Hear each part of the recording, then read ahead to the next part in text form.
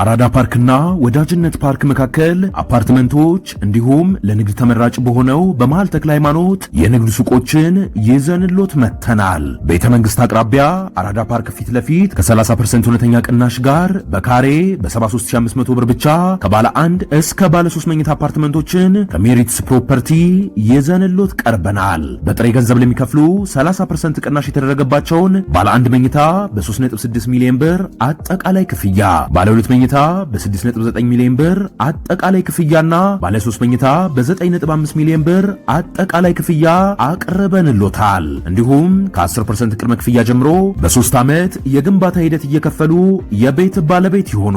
በዚህ የመኖሪያ መንደር ውስጥ መዋኛ ገንዳ፣ ጂምናዚየም፣ ደረጃውን የጠበቁ ሰፋፊ ሊፍቶች፣ ምቹና በቂ መኪና ማቆሚያ ቦታዎች፣ ዘመናዊ የደረቅ ቆሻሻ ማስወገጃ፣ አውቶማቲክ ጄነሬተር የተገጠመለት የከርሰ ምድር ውሃና ለተለያዩ አገልግሎት የሚውል ሰገነትም በአንድ አካቷል። እንዲሁም በመሃል ተክለ ሃይማኖት ከአንድ ሳምንት ባልበለጠ ጊዜ የምናወጣቸው የንግድ ሱቆችን ቀድመው ለመመዝገብ ከታች ባለው ስልክ ይደውሎ።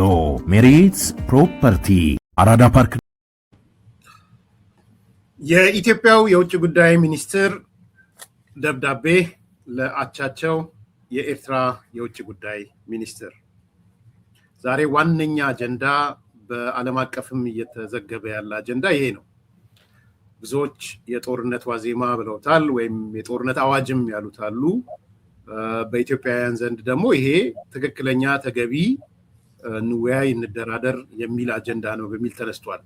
ምናልባት አጠር አድርጌ ጭብጦቹ ላይ 1 2 3 ብዬ ላንሳና 3 ጭብጦች ነው ያየሁት። ከዛ ወደ ዝርዝር ውይይት እንሄዳለን።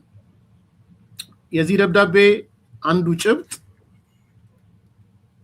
የኢትዮጵያ ውጭ ጉዳይ ሚኒስትር ኤርትራ የኢትዮጵያን ሉዓላዊ ድንበር በመጣስ በሰሜን ምስራቅ አቅጣጫ የሚገኙ አካባቢዎችን ተቆጣጥራለች የሚል ነው። አንደኛ በወረራ ቦታዎችን ይዛለች የሚል ነው። እጠቅሳለሁ። የኢትዮጵያ ሰራዊት ለረጅም ጊዜ የኢትዮጵያ ሉዓላዊ ግዛት በመጣስ የኤርትራ ሰራዊት ለረጅም ጊዜ የኢትዮጵያን ሉዓላዊ ግዛት በመጣስ በሰሜን ምስራቅ አቅጣጫ አሁንም ተቆጣጥሮት ይገኛል የሚል አንዱ አንጓ ወይም አንዱ ኮር ፖይንት ይሄ ነው። ሁለተኛው ጭብጥ የኤርትራ መንግስት በኢትዮጵያ ለሚገኙ ታጣቂ ቡድኖች በቀጥታ የቁሳቁስ ድጋፍና እርዳታ ያቀርባል የሚል እጠቅሳለሁ። የኤርትራ መንግስት በኢትዮጵያ ካሉ ታጣቂዎች ጋር ተቀናጅቶ ወታደራዊ እንቅስቃሴ እያደረገ ነው።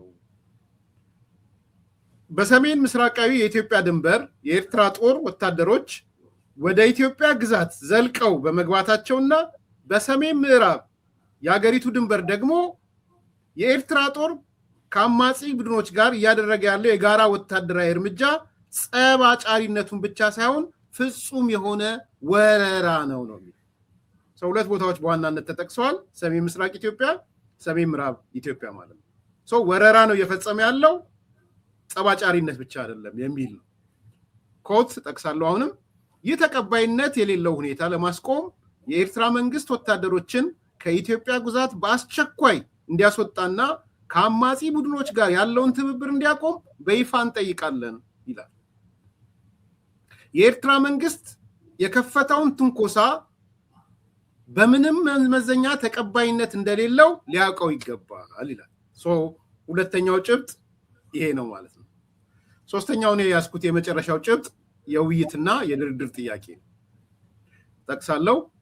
ኤርትራ ሰራዊቷን በአስቸኳይ እንዳታስወጣና ለሰላማዊ ድርድር ዝግጁ እንድትሆን እንጠይቃለን። በኤርትራ በኩል በጎ ምላሽ ከተገኘ የኢትዮጵያ መንግስት ልዩነቶችን በሰላማዊ ድርድር ለመፍታት ዝግጁ ነው። የኢትዮጵያ ሉዓላዊነትና የግዛት አንድነት እንዲከበር ላቀረብነው ህጋዊ ጥያቄ አዎንታዊ ምላሽ ካገኘን የኢትዮጵያ መንግስት የባህር ላይ ጉዳዮችና በአሰብ ወደብ በኩል ወደ ባህር በር መውጫ ጉዳይን ጨምሮ በአጠቃላይ ጋራ ጉዳዮች ላይ ሁሉን አቀፍ እልባት እንዲያገኝ በቅን ልቦና ድርድር ለማድረግ ፈቃደኛ ነን። በጋራ መከባበርና መተሳሰብ ግንኙነታችንን መፈተሽ እንችላለን ይላል። በኔ በኩል ሳመራይዝ ሲጨመቅ እነዚህ ነገሮች ናቸው። ምንድነው ያመላከተ? ከመጀመሪያ ከሱን ጀምርና ሐሳብን ሰጥ ይመስገን። ያ ትክክል ነው። አሁን ያነሳቸው ሶስቱ መሰረታዊ ኮር ፖይንትስ ናቸው በዚህ ደብዳቤ የተገለጹት። ሶስቱም ሀሳቦች እንግዲህ ለየብቻ በደንብ ማየት መተንተን እንችላለን። ግን በአጠቃላይ ስንመለከተው እኔ ጎልቶ የሚታየኝ አንደኛ ያለው ቴንሽን የሚታወቅ ነው። ባለፉት 2 ዓመታት እስካሌት ያደረገ እዚህ ደረጃ ደርሷል እና እንደ ሰላም ጥሪ እንደ በጎ ጅማሬ እንደ ይሄ የጉድ ፌዝ ኔጎሽዬሽን ነው የሚለው እና የጉድ ፌዝ ኔጎሽዬሽን ጅማሮ ሊሆን ይችላል ብዬ ነው የማምነው። ሶስቱን ጉዳዮች ለማየት ልሞክር። የመጀመሪያው ኢትዮጵያ አኪውዝስ ኤሪትሪያ ፎር አግሬሽን አይደል? ኢትዮጵያ እነዚህ 2 ነገሮችን በማድረግ ኤርትራ የኢትዮጵያን ምድር የኢትዮጵያን ሉዓላዊነት የሚጻረር ነገር አድርጋለች ብላ ነው ይሄንን ደብዳቤ የሚጀምረው። የመጀመሪያው ነገር መሬት በመያዝ ነው። ኢትዮጵያን ነፃ መሬት፣ ኢትዮጵያ የሚታወቁ አካባቢዎችን ባድመን፣ ሽራሮ ሊሆን ይችላል፣ ዛላምበሳን የምናውቃቸውን አካባቢዎች በሰሜን ምዕራብም በሰሜን ምስራቅም ይዘዋል። ስለዚህ የአንድን ሀገር ነፃ መሬት መያዝ አይቻልም እና ሉዓላዊነትን የሚጋፋ ነው የመጀመሪያው። ሁለተኛው ደግሞ የታጠቁ ኃይሎችን መደገፍ ነው። እንደሚታወቀው ኢትዮጵያ ውስጥ በተለይ በአማራ ክልልና በትግራይ አካባቢ ያሉ የታጠቁ ኃይሎች አሉ። ከነሱ ጋር ኦፊሻል የሆኑ ግንኙነቶችን እያደረጉ እንደሆነ እንደውም አንድ ሚዲያ ላይ ትናንት ወዲያ ይመስለኛል የሰማሁት የፋኖ መሪዎች የሚባሉት አሁን ኢትዮጵያ ውስጥ የሉም ብሎ የካፕቴን ማስረሻ ሰጤ ሲናገር ነበር። ስለዚህ ኤርትራ በሱዳን ዘመነ ያለው ኤርትራ ነው ብለዋል። ለእነዚህ ሰዎች ቀጥተኛ ድጋፍ እየሰጡ ነው። ይሄ ሉዓላዊነትን የሚጻረር ነው። ስቴትመንቱ ያስፈልጋል። በዚህ መልክ አድሬስ መደረግ ያለበት ነው። ትክክል ነው። ተገቢ አገላለጽ ነው። በኋላ በደንብ ትንተናውን እናነሳዋለን። ሁለተኛው ኢሚዲየት አክሽን መንግስት የጠየቀዋለ ሁለቱን ነገሮች ይሄ የሉዓላዊነታችንን መሬት መያዝና ታጣቂዎችን መደገፍ የሚለውን የተያዙ መሬቶችን ለቀው መውጣት እንዳለባቸው እንዲሁም የታጠቁ ኃይሎችን ድጋፍ ማቆም እንዳለባቸው የመንግስት ኢሚዲየት አክሽን አሁን ማድረግ አለባችሁ ብሎ በደብዳቤው አካቷል። ሶስተኛውና በደንብ እኔ ተስፋ ይሰጠኝ ያው እንግዲህ እንደምታውቀው ኢትዮጵያ ውስጥ የሰላማዊ ትግልን የሰላም ፖለቲካን የሚደግፉ ሰዎች ሁልጊዜ የሚያነሱት ብሔራዊ ደህንነትና ሰላም ጉልህ የኢትዮጵያውያን ፍላጎት ነው። አብዛኛው ኢትዮጵያዊ ቅድሚያ ጥሪው በዚህ ወቅት ወጥቶ መግባት ብሔራዊ ደህንነት ነው እና ለዚህ ደግሞ ከጎረቤት ሀገር ጋር በተለይ ከኤርትራ ጋር ያለውን ወንድማማችነት ማጉላት እንጂ እንደዚህ ጦርነት ቀስቃሽነት አያስፈልግም። ስለዚህ የሰላም ጥሪ ኦፕንነስ ቱ ሪል ፖለቲካል ዲስካሽን የሚለው በደንብ የተገለጸ ነው። መጀመሪያው ጉድ ፌዝ ኔጎሽዬሽን እናድርግ ነው። በቦርደር ኢሹዎች ሊሆን ይችላል፣ ማሪታይም አክሰስ በአሰብ በኩል ሊሆን ይችላል። በእነዚህ ጉዳዮች ላይ ውይይት እንዲደረግ የኢትዮጵያ መንግስት ለኤርትራ መንግስት ጥሪ ያቀረበው። ሁለተኛው ደግሞ ሬስፔክት ፎር ኢትዮጵያስ ቴሪቶሪያል ኢንቴግሪቲ ነው። የኢትዮጵያን ግዛታዊ የሉዓላዊ አንድነት መቀበል እና የኢትዮጵያን መሬቶች ማክበር የኢትዮጵያን መንግስት እንደማክበር ነው የሚቆጠረው። እነዚህ እኚህ 3 ዓላማዎች ያሉት ሜሴጅ ነው በዶክተር ጌዲዮን ጢሞቴዎስ ለኤርትራ የተላከው። ለእኔ የሚያሳዩኝን አንድምታዎች ላንሳ። የመጀመሪያው ቴዎሬቲካሊ ኢንተርናሽናል ሎ ለሚያውቁ ሰዎች ኮር ፒላር ኦፍ ዩኤን ቻርተር የተባበሩ መንግስታት ድርጅት የቻርተር የሚተዳደርበት ወይም ሀገራትን ያው ሉዓላዊ ሀገርን ሲመዘግብ ከሚሰጠው ኃላፊነት የመጀመሪያው ቴሪቶሪያል ሶቨርኒቲ ነው። የግዛት ሉዓላዊነት የኢትዮጵያ ምድር ተብሎ የሚታወቅ አለ። የኢትዮጵያ አካባቢዎች ማለት ነው። አሁን በደብዳቤው ላይ ሰሜን ምስራቅና ሰሜን ምዕራብ ተብሎ የተጠቀሱት አካባቢዎች የኢትዮጵያ መሆናቸው ይታወቃል። ስለዚህ ክሮስ ቦርደር ሚሊታሪ ፕሬዘንስ የመጀመሪያው የማይቻል ነገር ነው። ከጎረቤት ሀገራት ጋር ማድረግ ከማትችላቸው ነገር አንዱ ክሮስ ቦርደር ሚሊታሪ ፕሬዘንስ ነው። በየትኛው የዓለም አቀፋዊ ሕግ ነው የዩኤን ቻርተር የሚደነገው ነው። ሁለተኛው ደግሞ ነን ስቴት አርምድ አክተርስ የሚባሉ መንግስታዊ ያልሆነ የታጠቀ ኃይሎች ሽፍታ ወይም ማንኛውም ስም ሊሰጠው ይችላል። የጸረ ሰላም ኃይሎች፣ የታጠቁ ኃይሎች በመንግስት ተቃራኒ የሚቆሙትን እነሱን መደገፍ ከእነሱ ጋር ህብረት ማድረግ በዩኤን ቻርተር የመጀመሪያው የሶቨርኒቲን የአንድን ሀገር ሉዓላዊነት ተገዳድረሃል። ምንም አይነት ምክንያቶች ከዛ ጋር አድርገህ ብታነሳ ማለት ነው። ምንም አይነት አንዳንዶች በቂ ምክንያት አለው ብለው ሊጠቅሱ ቢሞክሩ ማለት ነው። ምንም አይነት ምክንያት ቢኖርህ የግዛት አንድነትንና የታጠቁ ኃይሎችን መደገፍን ፍጹም በሉዓላዊ ሀገር ላይ የሚቃጣ ጥቃት አድርጎ የዩኤን ቻርተር ይመዘግበዋል። ስለዚህ ስቴት ሶቨሬኒቲ ኤንድ ኢንተርናሽናል ሎ ፍሬምወርክ የሚባለው ገዢው የተባበሩ መንግስታት ቻርተር ይህንን የሚከለክል ነው። ይህን ካልኩ ይበቃል እንዳላስረዝም። አይ በዝርዝር እናየዋለን። ይሄ ሲሪየስ ፖይንት ስለሆነ እንግዲህ አንዳንዶች የሚያነሱት ምንድነው ይመስገን በተለይ ተቃዋሚ ጎራ ሆኖ አሁን የደነገጡ አሉ። በጣም ደንግጠዋል። የቱ ጋር ልቁም የሚለው ነገር ያስደነገጣቸው ሰዎች አሉ እና ሲጽፉ እያየዋቸው ሲናገሩ እያየዋቸው ምንድነው ተጨባጭ ነው አይደለም። ለምሳሌ የኤርትራ መንግስት ወረራ ማካሄዱን የፎቶግራፍ ማስረጃ አምጡ፣ የተጨባጭ የሳተላይት ማስረጃ አምጡ የምናምን የሚሉ አሉ። ዘሶኮልድ ሂውጅ ፖለቲሻን ነን የሚሉ ማለት ነው። ኦኬ አሁን ይሄን ነገር ስትመለከት እንደው ሰው አይኑን በጨው ካላጠበ በስተቀር የኢሳያስ አፈወርቂ መንግስት ዩኤን የተናገረው የአሜሪካ መንግስት የተናገረው አውሮፓ ህብረት የተናገረው አሁንም የኤርትራ ሰራዊት በኢትዮጵያ ምድር ላይ ነው ያለው እያሉ አይ በተጨባጭ መረጃ ይረጋገጥ። አሁን ይላየ አልወረሩም እንዳይሉ ሊጣሉ ነው። ይሲ ወረዋል እንዳይሉ ደግሞ ከኤርትራ መንግስት ሊጣሉ ነው። የሚፈልጉት ነገር አለ ከኤርትራ መንግስት። ሰው መጀመሪያ እስቲ እነዚህ ነገሮች ማስረጃና መረጃ አላቸው ወይ? የወረራውም የኢትዮጵያ ታጣቂዎችንም የሻዕቢያ መደገፍ የሚለው ላይ ሐሳብ እንስጥበት። ከዛ በኋላ ወደ ዲቴይል እንሄዳለን። ብዙ ማስረጃዎች አሉ።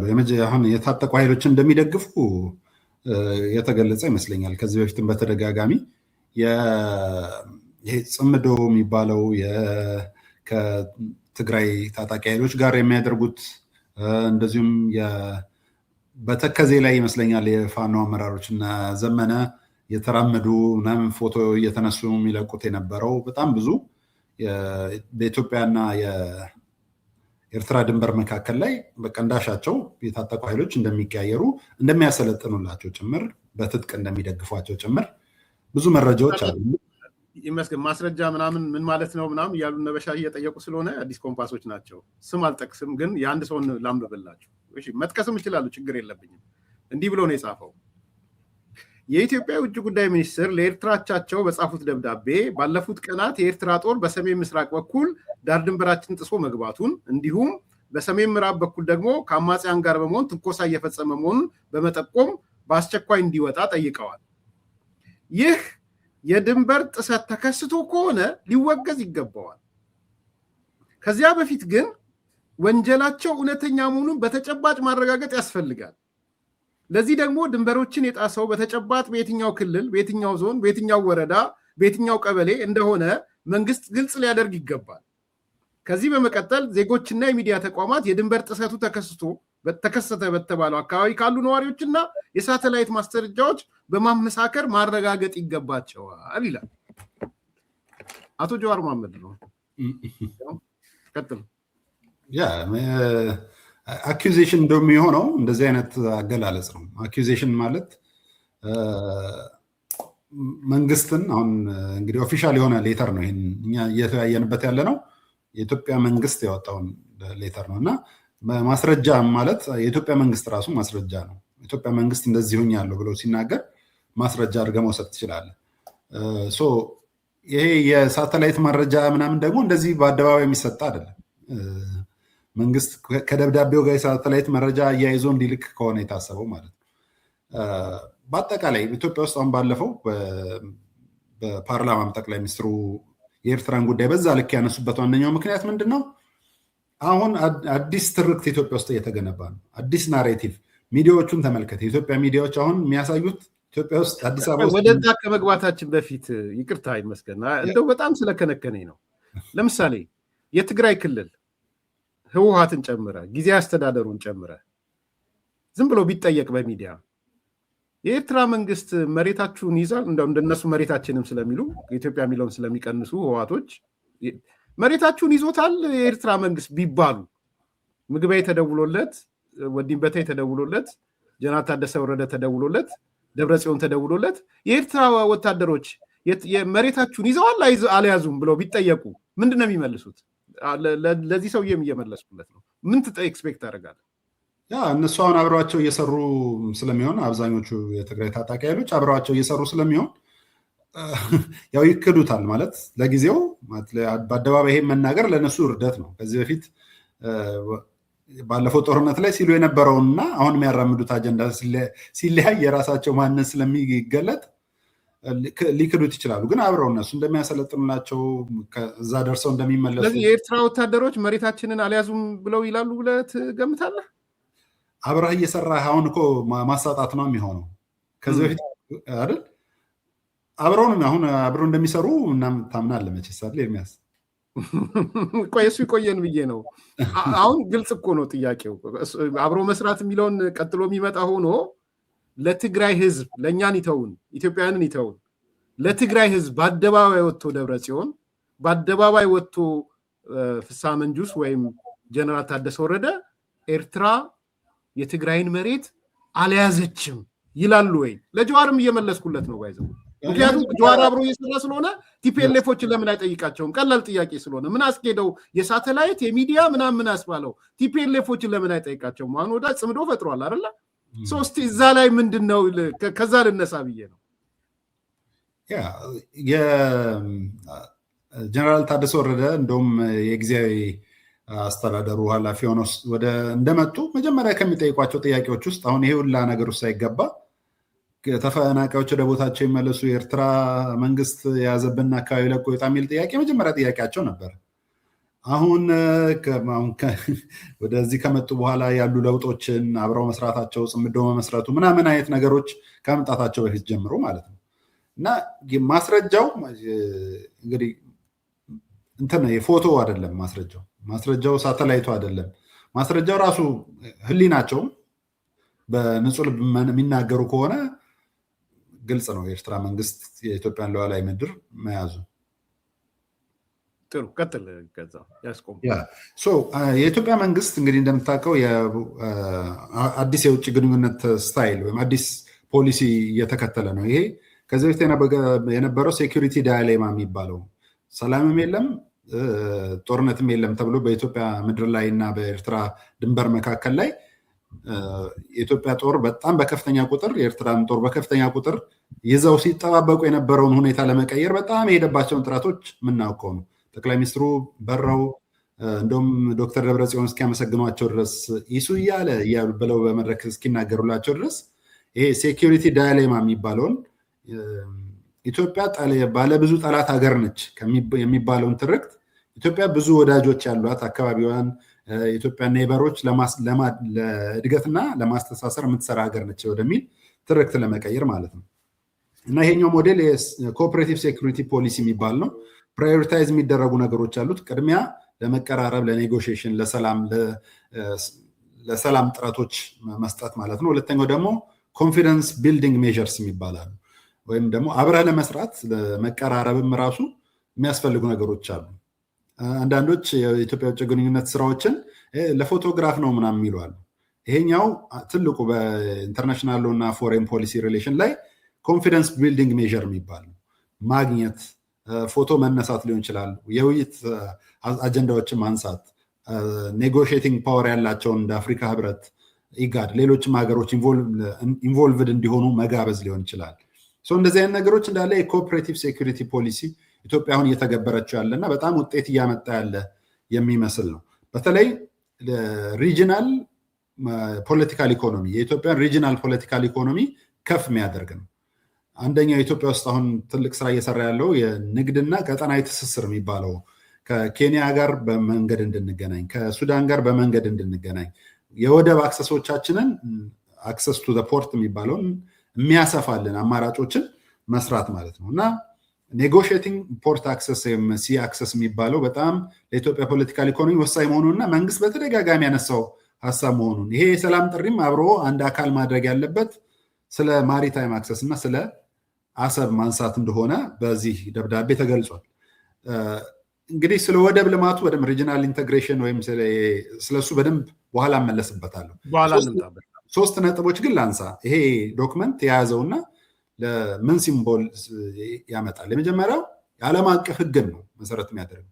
በዓለም አቀፍ ህግ ቅድም ያነሳናቸው ሶስት ሀሳቦች ላይ የሰላም ጥሪውም የአኪዜሽኑ መንግስት አግሬሽን ነው ብሎ የገለጸውም ኢሚዲየት አክሽኑ ምን መሆን አለበት የሚለው በዓለም አቀፍ ህግ የተመራ ሀሳብ ነው።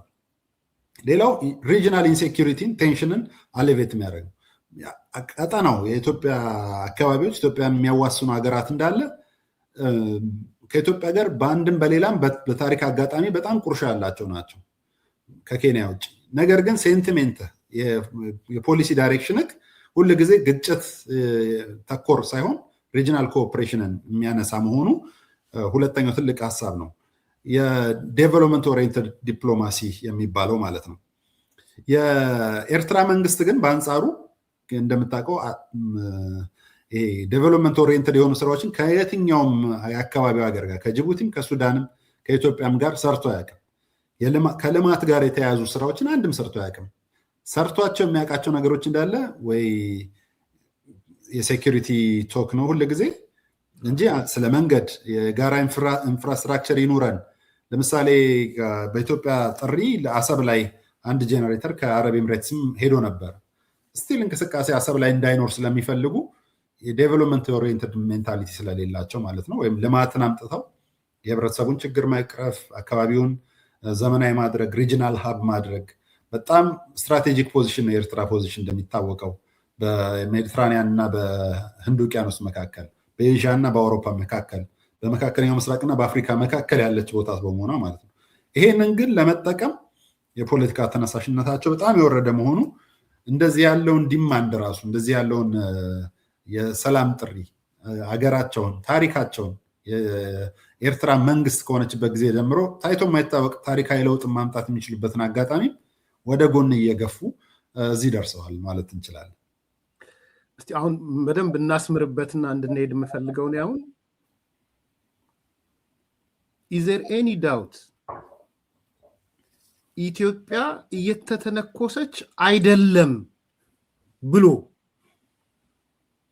የዓለም አቀፍ ኮሚኒቲው የኢትዮጵያ ኮሚኒቲው ፖለቲከኞቹም ይሁኑ ኢቭን የብልጽግና ተቃዋሚዎችም ይሁኑ ኒውትራል ምንም እንትን የማይሉም ይሁኑ ኢትዮጵያ በኤርትራ መንግስት እየተተነኮሰች አይደለም የሚል ስሜት አለ ወይ? መጀመሪያ እሱ ላይ እንግባባ። አይ ቲንክ እኔ የደብዳቤው ኮር እየተተነኮስን ነው ይሄ እኮ ዓለምም ያውቀዋል መተንኮሳችንን የሚል ስሜት ስላለው እዛ ጋር ዳውት አለ ወይ? እኔ ኮር መሰለኝ እሱ ስለሆነ ነው። ቀጥሎ ወደ ሌሎቹ እንመጣለን።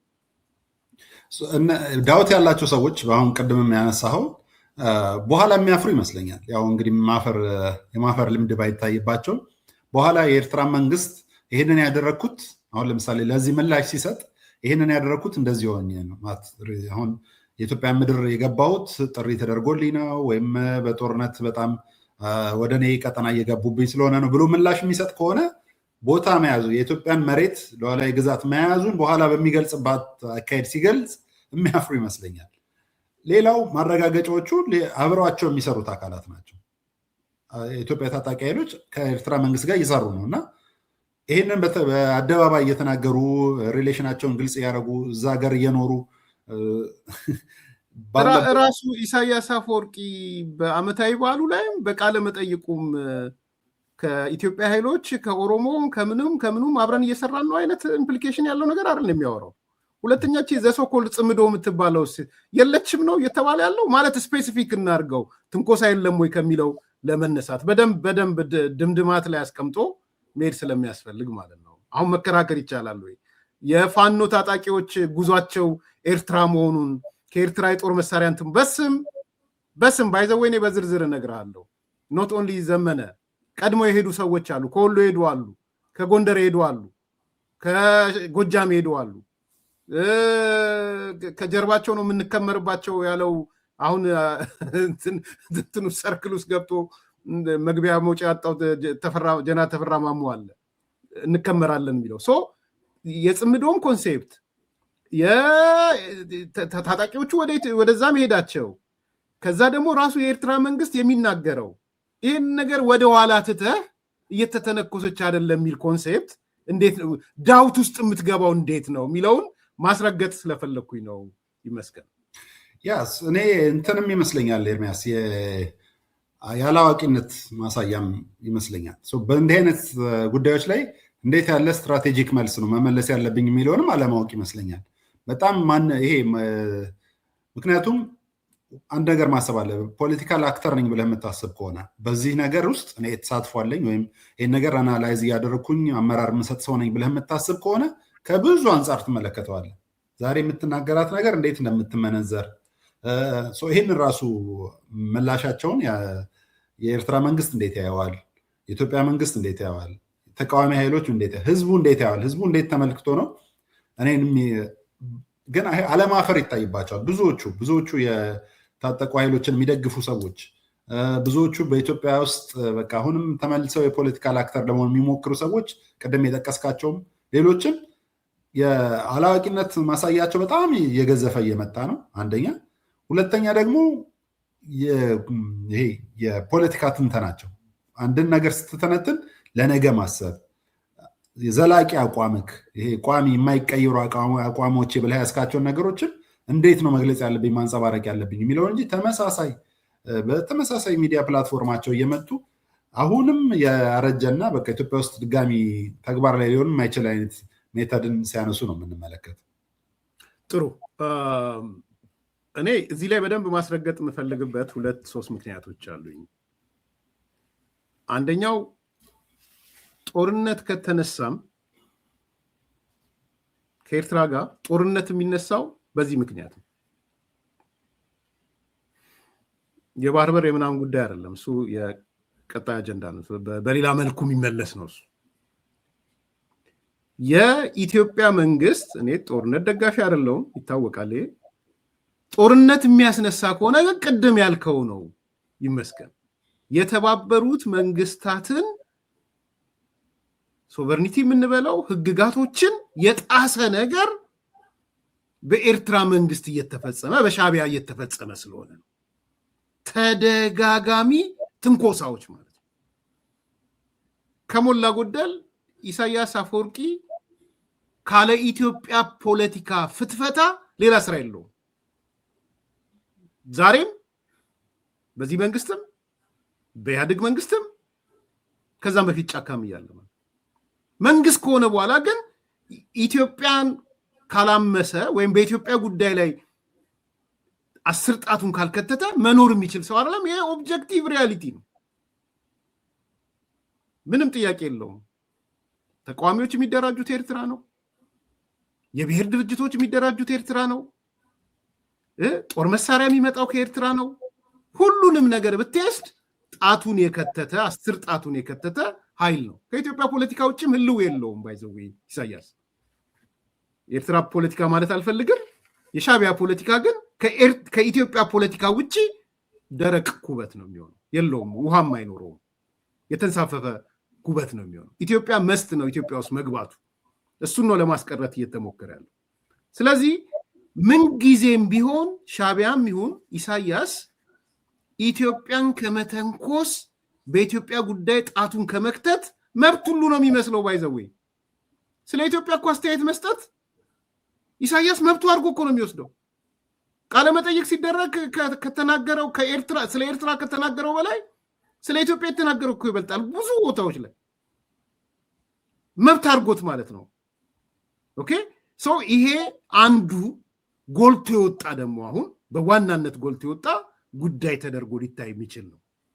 ሁለተኛ ይሄ ኃይል ኢንተርናሽናል ኮሚኒቲው ደግሞ ደጋግሞ የገለጸው እኔ አሁን ጊዜ ስላላገኘው የአንዳንዱ ተቋም መግለጫ ሊያመጣውም እንጂ ከተሳሳትኩ ይቅርታ ጠይቃለሁ።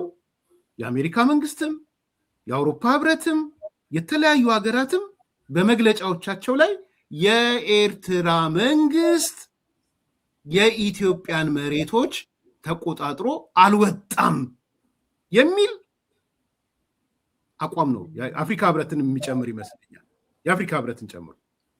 ስለዚህ የኢትዮጵያ መሬት ላይ ከቆመ ካለ ቅድም ያልከው ዴፊኒሽን ይሟላል። ሶቨርኒቲያችንን ነው እየተጋፋ ያለው። ኢንተርናሽናል ኮሚኒቲውም ጋር ሚዲያዎችን ጨምሮ ይሄ መንግስት የሰው ግዛት ይዟል የሚለው ነገር የተረጋገጠ ይመስለኛል። ጦርነት ከተጀመረም የሚጀመርበት ፐርስፔክቲቭ ይሄ ስለሆነ ማለት ነው እንጂ ወደብ የምናምን ጉዳይ አይደለም።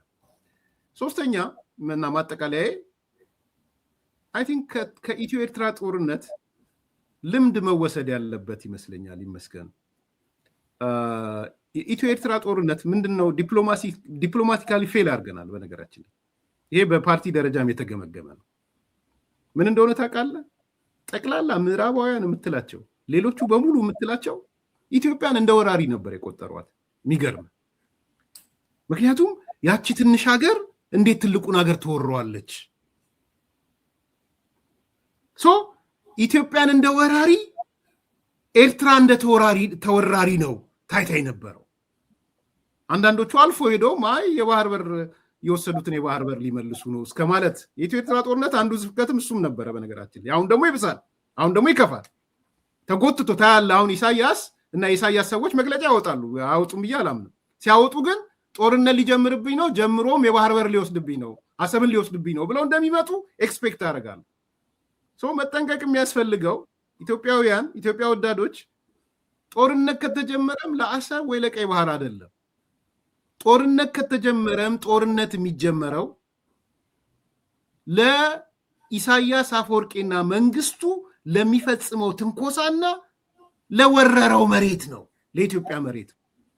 መሬቱን ለቆ ከወጣ ትንኮሳውን ካቆመ፣ ታጣቂዎች መደገፍ ወዘተ ምናምን ካቆመ ቀጥሎ የሚመጣው ነገር የንግግር የውይይት ጉዳይ ነው የሚሆነው። እዛ ላይ በደንብ ሲሪየስሊ እና ኢትዮ ኤርትራ ጦርነት ላይ ምን አተረፈ? እችን ትንሽ ሀገር እንዴት ትልቁ ሀገር ልትወር ትነሳለች? ቢኮዝ መጀመሪያውኑ ረጨው። ወረረችኝ፣ ኢትዮጵያ ወረረችኝ፣ እንዲሆንን እኛ ትንሽ ነን ምናምን ብሎ አደባባይ ላይ ረጨው። መመለስ በጣም ከባድ ነበር። ይህን ፓርት በዓለም ደረጃ ኢትዮጵያ ቀልብሳ አይ ወራሪው ኢሳያስ ነው የኤርትራ መንግስት ነው ለማስባል ብዙ ነው የከፈለችው ነገር ሁሉም በአንድ መስመር ሆኖ ነው አይደለም፣ ሌላ ጉዳይ ስለሆነ ልትወው እሱ ሁሉም አንድ አይነት አቋም ነበራቸው ወይ የሚለው በወቅቱ። ያም ሆነ ግን የኢትዮ ኤርትራ ጦርነትን የዲፕሎማሲ ክስረት ትምህርት የወሰደ እንቅስቃሴ ነው መሆን ያለበት። ያ ትምህርት ምንድነው? ኢትዮጵያ ትንኮሳ እየተፈጸመባት ነው። ኢትዮጵያ ውስጥ ያሉ የውስጥ ኃይሎች ታጣቂዎች፣ ፋኖን በል ህወሓትን በል ኦነግ ሸኔን በል እየታገዙ ያሉት በኤርትራ መንግስት ነው። የሁከትና የብጥብጥ መሰረታዊ ምንጩ የኤርትራ መንግስት ነው የሚለው ነገር ነው ሲሪየስሊ ቦልድ ሆኖ መውጣት ያለበት ይመስለኝ። ለዚህ ነው ጊዜ እንስጥበት ያልኩ። ሁለተኛ ግን ምናልባት ለሰላም ኢትዮጵያ እድል መስጠቷ እዚህ መግለጫም ላይ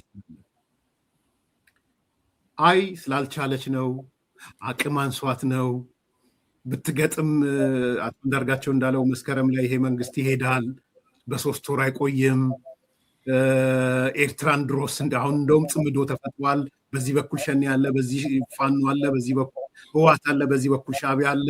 ስለዚህ ይሄ መንግስት አለቀለት፣ የፍራቻ ጥግ ነው ያሳየው ለሚሉ ሰዎች የሰላም ድርድሩን እንነጋገር፣ እንወያይ መባሉን እንደ ፍራቻ ነው የምትወስደው ወይስ እንደምንድን ነው የምትወስደው? ሁለተኛው ቁም ነገር አድርጌ የቆጠርኩት እሱ ስለሆነ እንትኑ ላይ የኮሜንቱ ሴክሽን ላይ እያየው ነበር። አንድ ደብዳቤ ለኤርትራ መንግስት የተጻፈ እንዴት ይህን ያህል አቴንሽን መያዝ የለበትም የሚልም አለ። ደግሞ መከላከያ ገብቶ በቃ አሁን ኤርትራ ሉዓላዊ ግዛታችንን ማስመለስ ነው ያለበት የሚልም አለ። አንድ ጥያቄ ግን በደንብ መጀመሪያም ላይ እኔ አድሬስ ያደረኩት መስሎኛል። ይሄ ነገር ምንድነው? ማስጠንቀቂያ ነው? ማስፈራሪያ ነው? ወይስ የሰላም ጥሪ ነው የሚለው? እኔ ሞር የሰላም ጥሪ ነው ብዬ ነው የምወስደው። ምክንያቱም ኤኒቲንግ በጉዳዩን አስረድተክ ለኔጎሽዬሽን ክፍት ነኝ ማለት የሰላም ጥሪ የሚቀርብበት መንገድ ነው። ሌላው ደግሞ ጉዳዩን ሳታሳይ አሁን ለምሳሌ ምንም ነገር ሳትጠቅስ የሰላም ጥሪ የሚባል ነገር የለም። የሰላም ጥሪ የሚባለው ምንድነው? ከአሁን ያለው ሁኔታ በዚህ ልክ ስለሆነ ሉዓላዊ ግዛታችንን መሬታችንን በመውሰድ የታጣቂ ኃይሎችን በመደገፍ ኢሚዲየት አክሽን መሆን ያለበት ይሄ ነው ብለህ ነው ወደ ሰላም ጥሪ የምትሄደው እና ሞር ይሄ ጉድ ፌዝ ኔጎሽዬሽን ይሄ የሰላም ድርድር በጣም ጎልቶ መነሳት አለበት። እንደውም ይሄ ሚዲያዎች ራሱ ሲያነሱት ይሄን ጉዳይ ማንሳት ያለባቸው መንግስት የጻፈው ደብዳቤ ብሎ አይደለም። እንደ ቢቢሲ አማርኛ አይ ቲንክ ይመስለኛል የሰላም ጥሪ ብሎ ነው ያነሳው እና ሞር እኔ የሰላም ጥሪነቱን ነው የሚያሳየኝ። ኤርሚያስ የሰላም ጥሪው ከፍራቻ የመነጨ ነው ከምን የመነጨ ነው? እሱን እኮ ነው ያነሳ። የሰላም ጥሪ የድርድር የሰላም የውይይት ጥያቄ ነው። እኔም እንደዛ ነው የታዘብኩት። ምንጩ ግን ምንድን ነው? የመንግስት ፖሊሲም ስለሆነ የመንግስት የውጭ ግንኙነት ስትራቴጂ ቅድም እንዳነሳሁት ኮኦፕሬቲቭ ሴኩሪቲ ፖሊሲ ነው። ከሴኩሪቲ ዳያሌማ መውጣት ያለብን ከሪጂናል ኢንተግሬሽንን በመፍጠር ነው። እርስ በርስ መልካም ግንኙነትን በማምጣት ነው። ለዚህ ደግሞ ፕራዮሪታይዝ የሚደረጉ ሁለት ነገሮች አሉ። ፕራዮሪታይዚንግ ዳያሎግ እና ኮንፊደንስ ቢልዲንግ ሜዥርስን እንወስዳለን የሚለው የመንግስት የፖሊሲ አቅጣጫ ስለሆነ ነው። በዋነኝነት አስቀድመ ፕራዮሪታይዝ ቅድሚያ የምትሰጠው እንደውም ለሰላም፣ ለድርድር፣ ለእንደዚህ አይነት መድረኮች መሆኑን ለማሳየት ነው። በዚህ ደግሞ አይታማም። እንደምታውቀው ጠቅላይ ሚኒስትሩ ያለምንም ሜዲዬተር ያለ አፍሪካ ህብረት ያለ ኢጋድ ነው ተነስተው አስመራ ገብተው ከዚህ በፊት ሰላምን ያመጡት እና መንግስት አሁን የፍራቻ ነው እንዳትል በሚሊታሪ አቅም በዘመናዊ ቴክኖሎጂ በሚሊታሪው ባክድ የሆነ መንግስት መሆኑን በብዙ አማራጮች እያሳየ ነው። የአየር ኃይሉን የቅርብ ትርኢቶች መመልከት ትችላለህ። መከላከያ ሰራዊት አሁን በ5 ኮር ነው በ5 እዝ ነው እየተመራ ያለው።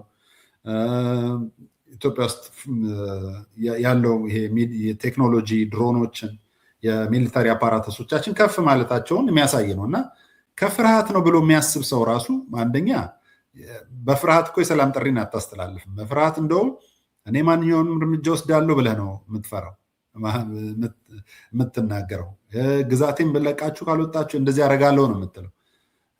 ሰላምን አማራጭ የሚያደርግ እንግዲህ 130 ሚሊዮን ህዝብና 3 እና 4 ሚሊዮን ህዝብ ያለበት ሀገር ነው ለድርድር ለሰላም ቶክ ይምጡ እያልን ያለ ነው እና ይህን ስንል የኢትዮጵያ መንግስት የህዝብ ለህዝብ ግጭት አይደለም፣ ግን በአቅመ ደረጃ ስናየው 130 ሚሊዮን ህዝብ የያዘ መንግስትና 3 ሚሊዮን የማይሞላ 2.ምናምን ሚሊዮን የያዘ መንግስት ነው። በህዝብ ለህዝብ እንዳይመስል ብዬ ነው ለማልጣት ገባሁት። የሀገራቱን ግዝፈት ለማሳየት ብዬ ነው። ማለት በቴሪተሪም እንደዛው መግለጽ እንችላለን። የኢትዮጵያ ውስጥ ካሉ 12 ክልሎች አንደኛውን ክልል እንኳን የማያከል ነው። ስለዚህ በአካባቢው ራሱ የኢትዮጵያን ተሰሚነት ብትመለከት ኢትዮጵያ 6 ጎረቤት ሀገራት አሉ። ሶማሌላንድን ሳትጨምር ከእያንዳንዱ ሀገራት ጋር ያላትን ግንኙነት የምታውቀው ነው። የጅቡቲ ፕሬዚዳንት፣ የሶማሊያ ፕሬዚዳንት በቅርቡ አዲስ አበባ መጥተው ፕሮጀክቶች ሲመርቁ ተመልክተዋል እና ቀጠናዊ ተሰሚነትም የኢጋድ ዋና ጸሐፊ ኢትዮጵያዊ ናቸው። የአፍሪካ ህብረት መቀመጫ ኢትዮጵያ ነው። በዲፕሎማሲ ረገድ የምንሄድ ከተባለ ኢትዮጵያን የዘነጋ የዲፕሎማሲ ግንኙነት ሊደረግ አይችልም። ወይም ኢትዮጵያ ተሰሚነቷ ከፍ ሊል እንደሚችል የኤርትራ መንግስትም የኢትዮጵያ መንግስት ተቃዋሚዎችም ያውቁታል። እኔ የብልጽግና ፓርቲ ተቃዋሚ ሳይሆን ምላቸው እነዚህን ሰዎች የኢትዮጵያ መንግስት ተቃዋሚ ናቸው። ማለት ኢትዮጵያን ሲምቦላይዝ የሚያደርግ የኢትዮጵያ አስተዳዳሪ የሆነውን አካል መቃወምና የፖለቲካ ፓርቲ መቃወም የተለያዩ ናቸው። ፖለቲካ ፓርቲው ሊሆን ይችላል ቁልፍ ጉዳዩን የሚያስፈጽመው። ነገር ግን አንተ ከመንግስት አፓራተስ ጋር ከመከላከያ ጋር የሀገር ሲምቦል ይሆናል ለሀገር የተዋደቀ ሉዓላዊነትን የሚያስከብርልህን ኃይል ጋር ቀጥተኛ ግጭት ውስጥ መግባት ተገቢ አይደለም። ምን ትላቸዋለህ? ፈርታ ነው ኢትዮጵያ ለሚሉት ኢትዮጵያውያን እኔ ተዋቸው፣ ሻዕቢያን ተዋቸው፣ የኤርትራ ሰዎችን ተዋቸው። ኦፍኮርስ እነዚህም ሻዕቢያ አይደሉም ማለት አልፈልግም፣ ግን ኢትዮጵያ ፈርታለች ወይም የኢትዮጵያ መንግስት እንግዲህ ያው ሪፕሬዘንት የሚሆነው ኢትዮጵያ በኢትዮጵያ መንግስት ነው፣ በህዝብ ነው። ምን ትላቸዋለህ? ማለት ምንድነው ፊል የምታደርገው? ማለት ይሄን የሰላም ሀሳብ በማቅረቧ የውይይት ሐሳብ በማቅረቧ የድርድር ጥያቄ ቃል በቃል ምንድነው የሚለው? በኤርትራ በኩል በጎ ምላሽ ከተገኘ የኢትዮጵያ መንግስት ልዩነቱን በሰላማዊ ድርድር ለመፍታት ዝግጁ ነኝ ነው የሚለው። የኢትዮጵያ ሉዓላዊነትና የግዛት አንድነት እንዲከበር ላቀረብነው ሕጋዊ ጥያቄ አዎንታዊ ምላሽ ካገኘን ነው የሚለው። ፈርቶ ነው የሚሉ ኢትዮጵያውያን፣ ስለ ኢትዮጵያውያን ብቻ እናውራ፣ ወይም ማንነታቸው ኢትዮጵያዊ ስለሆኑ ፋኖም ውስጥ ይኑሩ፣ ኦላም ውስጥ ይኑሩ፣ ቲፒኤልኤፍ ውስጥ ይኑሩ፣ ስለኛ እናውራ። ማለት የኛ ልጆች ስለምን የኢትዮጵያ ምንድን ነው የሚሰማ? አሁን ስልጣን ላይ ያለ ፓርቲ ወዳጅ ላትሆን ትችላለህ፣ ወይም የምትቃወምባቸው ሀሳቦች በጣም ብዙ ሊሆኑ ይችላሉ። ግን በአገር ሉዓላዊነት ላይ በምንድን ነው የምትስማማበት? ኮር ነገሮች ላይ መስማማት አለብን አይደል? በሉዓላዊነት የመጀመሪያው ነገር ነው። በተሪተሪ ይሄ ግዛት አንድነት የሚባለው ሁለተኛ ነው። መንግስት ማለት ኢትዮጵያ ውስጥ አሁን ኢትዮጵያ መንግስት አላት ወይ? ይሄን እንኳን እኮ የማይመልሱ ሰዎች ናቸው አንዳንዶች። አሁን የፖለቲካ ፓርቲ የሚመሩት ኢትዮጵያ መንግስት እንዳለ ትቀበላለህ ወይ? ኢትዮጵያን ገቨርን የሚያደርግ ክልሎች የሚያስተዳደር ፓርላማ ያለው ባይካሜራል የሆነ ምክር ቤት ያለው የፍትህ ስርዓትን የሚመራ የኢትዮጵያ መንግስት አለ ብለህ ይሄ ፕራዮሪቲ ይመስለኛል። 4 ነገሮች ነው መንግስት አገር ለመባል የሚያስፈልጉ ነገሮች መካከል ሉዓላዊነት፣ ኢትዮጵያ የግዛት አንድነት፣ ተሪተሪው አሁን ኢትዮጵያ ያላት የሰሜን ምስራቅ ምዕራብ የሚባለው አካባቢው መንግስት መኖሩ የሚለው ማለት ነው። አንዳንድ ሀገሮች አሁን ለምሳሌ ሶቨርኒቲያቸው ጥያቄ ውስጥ የሚገባው መንግስት የሚባል አካል ስለሌላቸው ነው። ሶማሊያን ለዘመናት ምሳሌ አድርገን መውሰድ እንችላለን። በትራይባል ሩል ውስጥ ነው ያለችው።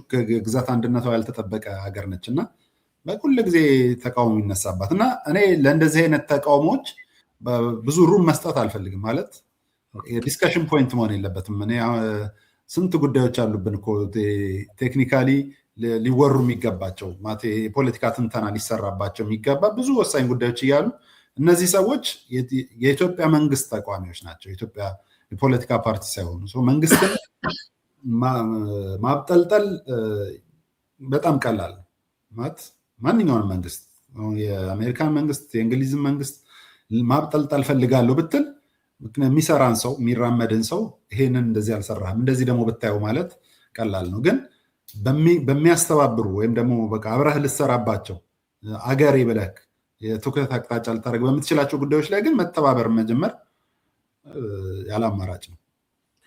የደብዳቤውን እስቲ የዲፕሎማሲ ዋጋ እናንሳው። ዲፕሎማቲካሊ ቫሊዩን እንየው። ባጭሩ ምን እያልኩ ነው? ይህን ደብዳቤ ለኤርትራን ቢላክ አፍሪካ ህብረት ያየዋል ብዬ አስባለሁ። እኛ እንደምናየው ኢንተርናሽናሊ ሚዲያ ላይ ስለወጣ የአፍሪካ ሀገሮች ያዩታል ብዬ አስባለሁ። የአረብ ሀገሮች ያዩታል። አሜሪካ፣ ምዕራባውያን፣ አውሮፓ ህብረት በሙሉ ያዩታል። ቢያዩት እና ይህ ነገር ወደ ጦርነት እያመራ ነው ኢኮኖሚስትም እንዳወጣው የኢትዮጵያ መንግስት ደግሞ እንዲህ አይነት መግለጫ ወጥቷል። እስቲ መግለጫውን እንመልከተው ቢሎ ዲፕሎማቲክ ቫሊዩ ዋጋው እንዴት ነው የምትመዝነው? አንድ የአፍሪካ ህብረት አገር ሩዋንዳ መታ የሩዋንዳው መሪ ወይም ድሮ አሜሪካና ሩዋንዳ ስለነበሩ ነው እንደምሳሌ ሰጠሁት፣ ወደ ጦርነት እንዳትገቡ ማደራደር ማወያየት እንፈልጋለን ቢልና የኢትዮጵያ መንግስት ይሄው የኔ ደብዳቤ ለኤርትራ መንግስት የላኩት ደብዳቤ ይሄውና የኤርትራ መንግስት ቁጥር 1 ወረራ እየፈጸመብኝ ነው፣ ድንበሮቼን ይዘዋል፣ በዚህ በዚህ በዚህ በዚህ ይሄው መስረጃው ይሄው መረጃው። ቁጥር 2 ታጣቂዎች እየደገፈብኝ ነው በጦር መሳሪያም በሰው ኃይልም። ቁጥር 3 ተቀናይቶ እየሰራ ነው ሰራዊት ሁሉ ልኮ።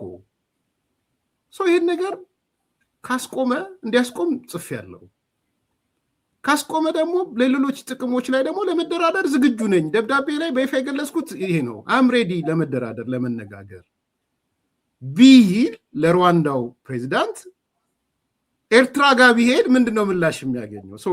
እንደ ስፔሲፊክ ላድርገው ብዬ ነው። የዲፕሎማቲክ ዋጋው የደብዳቤው የዲፕሎማቲክ ዋጋ ስንት ነው? ያ በአንድ ኮሜንት እያየው ነበር። ምን ይላል? ቃል በቃል አሜዚንግ ዲፕሎማቲክ ላንጉጅ ዛት ሃው ፋር ዴይ ዋንት ቱ ጎ ፎር ፒስፉል ሶሉሽን ይላል። በጣም በደንብ በአጭሩ የሚገልጸ ምክንያቱም ቀደም ያነሳናቸው ሶስቱ ይዘቶች የዚህ የደብዳቤው ሶስቱ ይዘቶች ሁሉን ነገር ገሃድ የሚያደርጉ ናቸው። አንደኛ መነሻውን የዚህ ደብዳቤ ለምን ተጻፈ፣ እንዴት አድሬስ ይደረጋል የሚለውን መሬት በመያዛችሁና ታጣቂዎችን በመደገፋችሁ ሉዓላዊነቴ ላይ ጋሬጣ ሆናችሁብኛል። ሁለተኛ ኢሚዲየት አክሽን፣ እነዚህ ቅድሚያ መሰጠት አለባቸው። የተያዙ መሬቶችን ለቆ መውጣትና የታጠቁ ኃይሎችን ድጋፍ ማቆም ይላል። ከዛ ደግሞ የሰላም ጥሪ ይላል። ሁለት ነገሮች ጉድ ፌዝ ኔጎሽዬሽን እንጀምር፣ በቦርደር ኢሹም በማሪታይም ጉዳይም ሊሆን ይችላል ይላል። ከዛ ደግሞ ሬስፔክት ፎር ኢትዮጵያስ ቴሪቶሪያል ኢንተግሪቲ ይላል። ኢትዮጵያን ግዛት ሉዓላዊ አንድነት አክብሩ ይላል። ለድርድር ከዚህ በላይ ምን አማራጭ አለ? በዚህ ደብዳቤ ውስጥ መግባት ያለበት አንድ አረፍተ ነገር ብለህ የምትጨምረው እስክታጣ ድረስ ሁሉንም ኮንሰፕት የያዘ ነው። ሁሉንም የኢትዮጵያና የኤርትራን ወቅታዊ ግንኙነት መገለጽ ያለባቸው እንዳለ በገሃድ የገለጸ ነው። ከዚህ በላይ ከሄድ ካተታ ነው የሚሆነው ወይም ዲስኮርስ ነው የሚሆነው። ከዚህ በታች ደግሞ ካደረክ ለምሳሌ ከዚህ ውስጥ የሰላም ጥሪውን ብቻ እናወጣ። የሰላም ጥሪውን ካወጣኸው እኮ ምንድነው የሚሆነው? ማስፈራሪያ ወይ ማስጠንቀቂያ ነው የሚመስል። ደግሞ ጉዳዮቹን ሳታነሳ ዝም ብለህ የሰላም ጥሪ ብትል ምንድነው የሚያሳየው? ስንፍናህን፣ የፖለቲካ ትንተና ወይም የዲስኮርስ ችግር እንዳለብን የሚያሳየው። እኔ ስለ ዲፕሎማሲ ትንሽ ልበል። ዲፕሎማሲ ላይ ስፔሲፊክ ያደረኩት ሆን ብዬ ነው። አሁን ፖል ካጋሜ ምናምን ስል ወዳጅ ነው እያልኳል። ያን የአፍሪካ የኢትዮ ኤርትራ ጦርነት ጊዜ ካጋሜና ሩዋንዳና አሜሪካ ስለነበሩ ነው። አሁን ግን የጋራ ወዳጅ ለምሳሌ ራሽያ አለች፣ ለኢትዮጵያም ወዳጅ ናት፣ ለኤርትራም ወዳጅ ናት፣ ወይም ቻይናም አለች።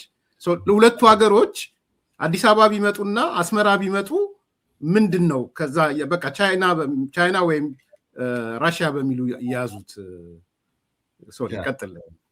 የአንድ የውጭ ጉዳይ ብዙ ዓመት ዲፕሎማት የነበሩ አምባሳደር ዲና ሙፍቲ በአንድ ወቅት ተጠይቀው እንዴት ነው አምባሳደርነት ዲፕሎማትነት ተብለው ሲጠየቁ ሁለት ነገር ነው የሚበዛው። አንደኛው መሴጅ ክራፍቲንግ ነው፣ ሁለተኛው ደግሞ ግብዣ ነው። ኮክቴል መሄድ ነው። የሄድክ በየግብዣው መጠጥ ትጠጣለህ፣ ዲነር ትጋበዛለህ። የፕሮቶኮል ጉዳዮች ነው። ዲፕሎማሲ ማለት እሱ ነው። አንደኛውን እናንሳ፣ ሜሴጅ ክራፍቲንግ የሚባለው እንዴት ብለክ ወቅታዊ የመንግስትህን አቋም በኢሌቬተር ፒች ይባላል። አሁን አሜሪካ ውስጥ የተለመደ ሊፍት ላይ ለምሳሌ ከቤት ስትወጣ ወይም አንድ ህንፃ ስትሄድ ከአንደኛ እስከ አራተኛ ፎቅ በሊፍት እየሄድክ ከሆነ ኢሌቬተሩ ላይ 30 ሰከንድ ነው ከሰውየው ጋር ልትቆይ። በ30 ሰከንድ ሜሴጅን ክራፍት አድርግ ማለት ለምሳሌ መተዋወቅ ከሆነ የፈለግከው ሴትም አሁን መተዋወቅ ወንድ አንድ ሴትን ወዶ ኤሌቬተር ላይ ቢያገኛ በ30 ሰከንድ ምን ብሎ ነው ሊያሳምናት የሚያሳምናት? ምርጫም አሁን ቅስቀሳ ከሆነ ኤሌቬተር ፒች ይባላል። ሜሴጅ ላይነህን ለምሳሌ ሊሆን ይችላል። አንዲት ሜሴጅ ላይነህን ነው የምትናገረው እና አሁን እንደውም ኮር ኦፍ ሊደርሺፕ ሜሴጂንግ ሆነዋል እሱ ኤሌቬተር ስፒች ማለት ነው። አንተም የሊደርሺፕ ተማሪ ስለሆንክ በዛች በአሳንሰሯ ውስጥ የሚፈልገውን ነገር አስተላልፈህ ተጽዕኖ ፈጥረህ መውጣት ነው ባጭሩ፣ በዛች 30 ሰከንድ ማለት ነው። በጣም ዌል ክራፍትድ ሜሴጅ ነው። አሁን ይሄ የውጭ ጉዳዩ ደብዳቤ ታይምሊ ነው። አንደኛ አሁን እንደጋለ ነው እንግዲህ ማንሳት ያለብህ። በፓርላማ ጠቅላይ ሚኒስትሩ ስለ ኤርትራ አንስተው ነበረ። በዚህ ሳምንት ደግሞ አሁን የኢትዮጵያ ውጭ ጉዳይ ሚኒስትር ይህንን ብሏል። እንዲባል ታይሚንጉ በጣም ወሳኝ ነው። ሜሴጅ ክራፍቲንጉን በጣም የሚደነቅ ነው። ሶስት ጉልህ ነገር እኔ እንደውም ከማታ ትናንትና ከአንተ ጋር ተነጋግረን ነገ እዚህ እንደምቀርብ ሳቅ እስቲ ወቅታዊ የኢትዮጵያ ጉዳይ ምን አለ ብዬ ሳይ ነው መጀመሪያ ዜና ሆኖ የመጣልኝ እና እንትኑን እያየሁት ነበረ ክራፍቲንጉን እና እንዴ በቃ ይሄ ኤግዛምፕለሪ ማስተርፒስ ሆኖ ማስተማሪያ የሚሆን ነው። ምክንያቱም እስቲ የተዘነጋ ነጥብ እዚህ ላይ ብለህ የምታነሰው የለም። ብሌሚንግም የለውም። ብሌሚንግ ኢነሴንስ ያው ኤርትራ መንግስት በአግሬሽን ከሷል። የኢትዮጵያ መንግስት ግን አታችድ የሆነ ብሌሚንግ የለውም። ጸባጫሪ ናችሁ፣ እንደዚህ ናችሁ ምናምን የተባለበት ብሌሚንግ የለውም። እንዴት አድርገህ ለአንድ ሀገር ሜሴጅ ክራፍት ማድረግ እንዳለብህ በዲፕሎማሲ ቋንቋው በጣም ጥሩ ነው።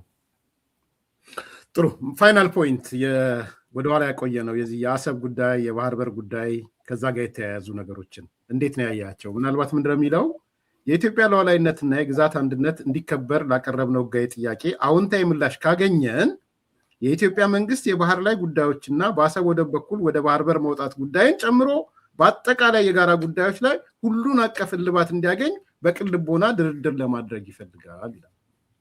እንዴት አየው? በጣም እሱ ባይነሳ ብዬ ራሱ አስብ ማታ ይችን ነገር ባትኖር ኖሮ እንትን የፍሬሚንግን የሜሴጅ ክራፍቲንግህን ኢረር ነው የሚያሳየው። አንዳንድ ሜሴጅ ክራፍቲንጎች አሁን የቦርደር ኢሹስን እናነሳለን ትልና የኢትዮጵያን ሜሴጅ ደግሞ ማስተላለፍ አለ። ኢትዮጵያ አሁን በጣም ከሚያስፈልጓትና በቃ መንግስትም እንደ ትልቅ አቅጣጫ ከያዘው ነገር መካከል ማሪታይም አክሰስ ነው። የቦርደር ኢሹስ እናነሳለን። ሰሜን ምስራቅና ሰሜን ምዕራብ ላይ ቦታዎች ይዛችሁብኛል። ስለዚህ ቦርደርን በኔጎሽሽናችን ማካተት አለብን። ደግሞ ማሪታይም አክሰስ ቪያ አሰብ፣ በአሰብ በኩል አንድ መሰረታዊ ጉዳይ ስለ ኤርትራ መንግስት መነሳት ያለበት ብዙ የወደብ አማራጮች አሉት። የኤርትራ መንግስት አልምቶ መጠቀም ያልቻላቸው ጭምር ከምጽዋና ከአሰብ ውጭ ራሱ ብዙ የፖርት አክሰሶችን መገንባት የሚያስችል ኮስታል ላይን አለው። ለኢትዮጵያ ግን ጂኦግራፊካሊ እንግዲህ እንደምታውቀው ከአዲስ አበባ አስመራ ከመሄድ ከአዲስ አበባ አሰብ መሄድ በጣም ይቀርባል፣ በአክሰስ ማለት ነው። በኢትዮጵያ ድንበር ከአፋር ወደ አሰብ ለመሄድ 25 ኪሎ ሜትሮች አካባቢ ቢበዛ። ይሄን ጉዳይ አለማንሳት ኢሹ ነበር የሚሆነው። በጣም ተገቢ አገላለጽ ነው የተጠቀሙት። ሌላው ግን ማንሳት ያለብን ስለ አሰብ እኔ ብዙ ተናግሬ አላውቅም። የእውቀት መጠኔም አነስተኛ ነው ብዬ ስለማስብ አንዳንድ ነገሮች ላይ ሪዘርቭድ ትሆናለህ። ብዙ መረጃ በሌለህ እና እውቀት በሌለ ኤሪያ እኔ በኤክስፐርቲስ አምናለሁ። ፖለቲካም ሜሪት ቤዝድ መሆን አለበት። እኔ የማውቀው ነገር እሱ ላይ ማተኮር ያለብኝ ብዬ አስባለሁ። ግን የሪጂናል ፖለቲካል ኢኮኖሚ ሁሉም ፖለቲከኛ ደግሞ ማወቅ ያለባቸው ኤሌመንቶች አሉ። ፖለቲካ ተነትናለሁ የሚለው ሰው ሁሌ ማወቅ ያለባቸው፣ ለምሳሌ ፓርቲ ፖለቲካ ውስጥ ገብተህ ምርጫን ኮንስቲትዌንሲ የሚባለው ነገር ካላወቅ መግባት የለብህም። የኢትዮጵያን ደግሞ ፖለቲካ በፎሬን ሪሌሽንስ የምታውቅ ወይም ደግሞ ትንሽም ቢሆን መገንዘብ ያለብህ ነገር የኢትዮጵያ ሪጂናል ፖለቲካል ኢኮኖሚ በማሪታይም አክሰስ ይወሰናል። ኢትዮጵያ ያላትን የኢኮኖሚ ግንባታዋ ሂደት በማኑፋክቸሪንግ ቢሆን በግብርና ቢሆን በቱሪዝም ቢሆን አስፋፍታ ወደብ አልባ ሀገር ከሆነች ግን 130 ሚሊዮን ህዝብ ይዛ ትልቁ ሀገር ነች በዓለም ላይ ወደብ የሌላት። ይሄንን ጉዳይ ሪዞልቭ ካላደረገች ግን የኢትዮጵያን ሄጂሞኒ የኢትዮጵያን ፖለቲካል ፕሬዘንስ ራሱ የሚገድብ ነው። ጥሩነቱ አሁን የተነሳው አማራጭ ኔጎሽቲንግ ኦን ፖርት አክሰስ ወይም ማሪታይም አክሰስ የሚባለው በኔጎሽሽን ኢኒሼት እንዲደረግ አብሮ አሁን ሼርድ ኢንፍራስትራክቸር ሊሆን ይችላል። ሁለተኛ ላይ የምትወስደው ማለት አካባቢው ማልማት፣ ከአዲስ አበባ አሰብ የሚወስድ መንገድ መገንባት ሊሆን ይችላል። የትራክ ላይኖችን ለብቻ ልትገነባ ትችላል። እዛው አካባቢ ያሉ አሁን ከዚህ ጠቅላይ ሚኒስትሩ ተናግረውታል። ከዩኤኢ በእርዳታ የመጣ የጄኔሬተር ራሱ መጥቶ አሁንም እዛው አሰብ ነው፣ ምንም አልለማበትም አካባቢው ብለዋል። እና አካባቢውን እናልማ፣ ሼርድ ኢንፍራስትራክቸር እንስራ፣ የጋራ የሆነ የመሰረተ ልማት አማራጮችን እንገንባ። ሙቹዋል ኢኮኖሚክ ቤኔፊት አሰብ መገንባቱ ለኤርትራ መንግስት የሚያመጣው ቤኔፊት ለኢትዮጵያ መንግስት ከሚያመጣው ቤኔፊት ይበልጣል። ምክንያቱም የኢትዮጵያን ጂዲፒ የምናውቀው ነው። አሁን ወደ ትሪሊዮን በኢትዮጵያ ብር ወደ ትሪሊዮን የሚሆን በጀት ምንድነው ጂዲፒ ነው ኢትዮጵያ ያላት። የኤርትራን ደግሞ በጀት የምናውቀው ነው። ጂዲፒ ፐር ካፒታ የሚለካው ባለህ ማለት በህዝብ ብዛትና ባመረትከው ቁጥር ነው። ለወደብ እንኳን ለዚህ ኢንፍራስትራክቸር እናወጣ ብንል የምናወጣው የኤርትራን የ10 ዓመት በጀት ሊሆን ይችላል ከታወቀ ማለት ነው። የኤርትራ በጀት ብዙ ስታቲስቲክሶች ላይ ስትፈልግ አታገኘውም ስለማይታወቅ ማለት ነው። ይሄ ቤኔፊት በቃ ይችን በደንብ አስምረን ሄድ ላይ መደረግ ያለባት በአሰብ ወደብ ልማት የሚገኘው ጥቅም ከኢትዮጵያ ይልቅ ለኤርትራ ያመዝናል። ኢትዮጵያ ውስጥ አሁን ያለ ወደብም ለመኖር ሞክረናል። ያለ ወደብ በኪራይ ወደቦች ለመጠቀም ሞክረናል። ኤርትራ ውስጥ ግን ወደብ ማለት ኢኮኖሚ በቃ ሀገር ስትራቴጂክ ፕሬዘንስ ማለት ህልውና ማለት ነው። ስለዚህ ወደቡ ማልማታችን ለኢትዮጵያም ለኤርትራም ሼርድ ኢንተረስት ነው ብዬ አስባለሁ። አመሰግናለሁ ኤርሚያስ። አሰብን ባለማወቅህ ዲቴይል ነገር እድለኛ ነው እውነት ለመናገር ማለት ይመስገን ታለቅሳለህ ብታነበው በተለይ አሰብ የቆዩ ሰዎች የጻፏቸውን አንዳንድ መጣጥፎች እኔ አንብቤያቸዋለሁ አሰብ ኖረው አሁን አሜሪካ ለረጅም ጊዜ ከኖሩ በኋላ ሄደው ተመልሰው ሰላም መጣ ሲባል አሰብን አይተዋት በእንባ ታጥበው የጻፉትን ጽሁፍ አንብቤዋለሁ በቃ ሙት ከተማ የሚባል አባባል አለ ጎስት ሲቲ በቃ ጎስት ሲቲ ሆናለች አሰብ በጣም ነው የምደነግጠው ነው የሚሉት በቃ ማታቃት እንኳን ታለቅሳለህ ነው ስታነቡ በጣም ትታዝናለህ ልክላለሁ አንድ መጣጥፍ ያም ሆነ ሶ በዛ ደረጃ ያለችን ከተማ ለመቀየር ነው የሚለው ነገር እንደተጠበቀው ነው ሪፋይነሪውንም ኢትዮጵያን የገነባችው ኢንፍራስትራክቸሩን የገነባችው ኢትዮጵያ ናት አይ ቲንክ ለዛ የተከፈለም አይመስለኝም ብዙ ነገር ማንሳት ይቻል ይመስለኛል የመጨረሻው ነጥብ ከኢሳያስ ምን እንጠብቅ ምን አይነት መልስ ትጠብቃለህ በዚህ እናጠቃለን ያ ሶ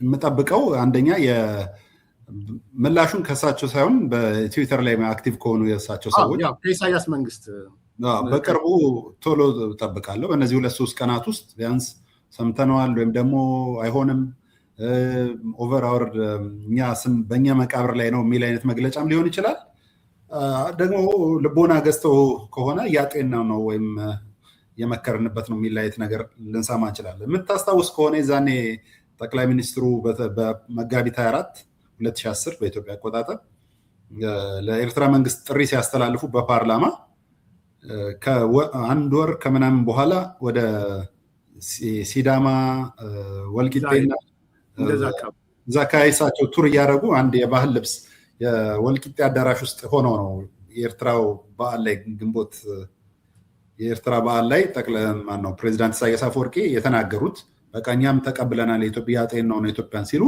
ጠቅላይ ሚኒስትሩ በትግርኛ ኢቨን ለሳቸው መልእክት አስተላልፈውላቸው ነበርና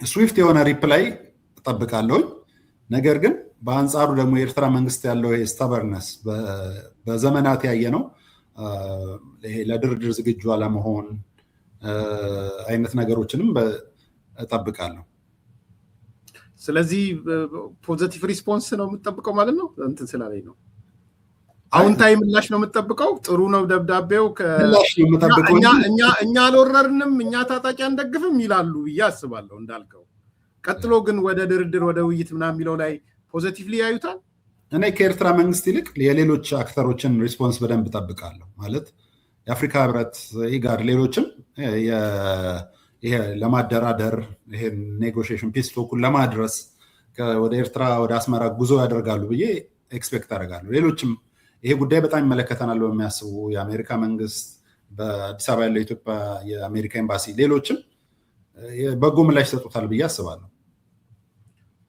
የግብጽ መንግስት አሁን እኮ እኔ ለመሰለኝ የጠየቅኩ የኢሳያስ መንግስት በራሱ የቆመ መንግስት አይደለም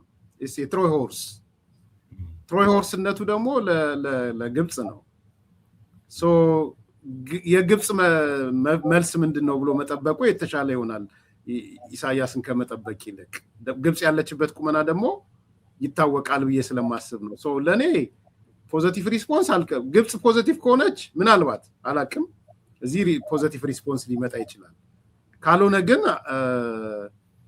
ለወረስት ኬዙ መዘጋጀት አይሻልም ወረስት ኬዝ ኢንሴንስ ዲፕሎማሲን ሰርተ ዓለም አውቆልህ ኢትዮጵያ ሰላም ነው የምትፈልገው ውይይት ንግግር ነው የምትፈልገው የኤርትራ ሰዎች ወረራ ፈጽመዋል መሬት ይዘዋል ታጣቂ እንትን ይላሉ የሚለውን ለኢንተርናሽናል ኮሚኒቲው አዌርነስ ከመፍጠር ባሻገር ኢሳያስ ጋር ደርሶ ኢሳያስ ጋር አዎንታዊ መልስ ያመጣል ብዬ መገመት ይከብደኛል ትንሽ ቀን እንጠብቅ እንግዲህ ያ ሶ እኔ ኮሜንቶችንም ሳይ እንዴት እኔ ግን እላቸዋለሁ አለ አንደኛው የኤርትራ መንግስት ወንድ ናችሁ እንተያያለን ነው የሚለው ይህችን ማብራራት እንዴት አቃታችሁ ተንታኞች ይላልና እኔ በዚህ ልክ ማብራራት ከሆነ ፈልጊያለሁ ፖዚቲቭ ቲንከር ለመሆን ያው በጎ ምላሽ የዛኔም ሰጥተዋል በሚል ነው እንጂ እኔ ከኤርትራ መንግስት የሆነ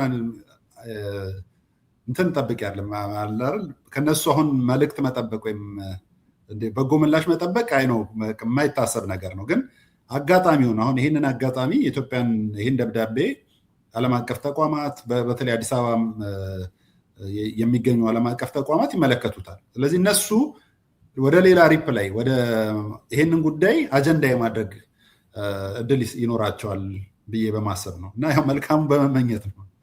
ጥሩ ይመስገን። የቀረ የምትለው ነገር አለ? ይኸው ነው። ከልብ አመሰግናለሁ ኤርሚያስ። ያው የራስ ሚዲያን ሰብስክራይብ እንዲያደርጉ በዚህ አጋጣሚ ኮሜንት ላይ አድርጉ። ደጋግሜ ነው የማሳስበው፣ የራስ ሚዲያን ሰብስክራይብ አድርጉ። እንደዚህ አይነት የውይይት ሀሳብ ያላቸው ሚዲያዎች ሲመጡ የበለጠ መቼም በጠሽጠሽ እንዳላተረፍን አይታችኋል። የዛም ሰዎች እያወገዟቸው ነው። ጠሽጠሽ አያዋጣም ብለዋል አቶ ልደቱን ጨምሮ ሚዲያ ላይ። ስለዚህ ሚዲያ ነው ያልኩት። ስለዚህ ዘላቂ የሀገር ለውጥ የሚያመጣ ነገሮች ላይ ማተኮሩ በጣም ጥሩ ይመስለኛል እና እንደዚህ አይነት ሚዲያዎች ባደጉ ቁጥር ደግሞ ሀሳቦች እያደጉ ይሄዳሉ። እኔ ሁሌም የምለው ይሄንን ነው። ይመስገንና በጣም ነው የማመሰግነው። እግዚአብሔር ይስጥልኝ። እኔም አመሰግናለሁ ኤርሚያስ። ቴንክ ዩ። አድማጭ ተመልካቾች ላይክ አድርጉ፣ ሰብስክራይብ አድርጉ፣ ሼር አድርጉ።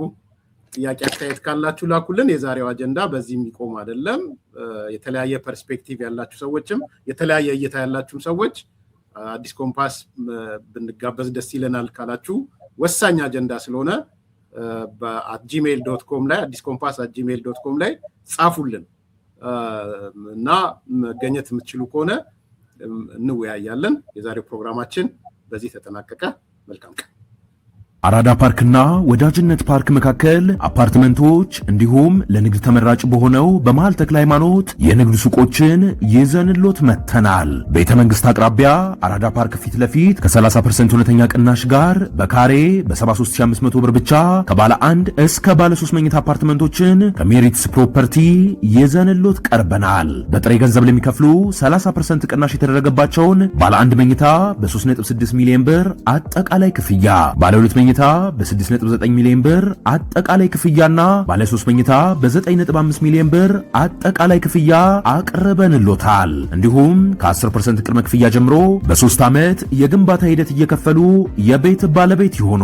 በዚህ የመኖሪያ መንደር ውስጥ መዋኛ ገንዳ፣ ጂምናዚየም፣ ደረጃውን የጠበቁ ሰፋፊ ሊፍቶች፣ ምቹና በቂ መኪና ማቆሚያ ቦታዎች፣ ዘመናዊ የደረቅ ቆሻሻ ማስወገጃ፣ አውቶማቲክ ጄኔሬተር የተገጠመለት የከርሰ ምድር ውሃና ለተለያዩ አገልግሎት የሚውል ሰገነትም በአንድ አካቷል። እንዲሁም በመሃል ተክለ ሃይማኖት ከአንድ ሳምንት ባልበለጠ ጊዜ የምናወጣቸው የንግድ ሱቆችን ቀድመው ለመመዝገብ ከታች ባለው ስልክ ይደውሎ። ሜሪትስ ፕሮፐርቲ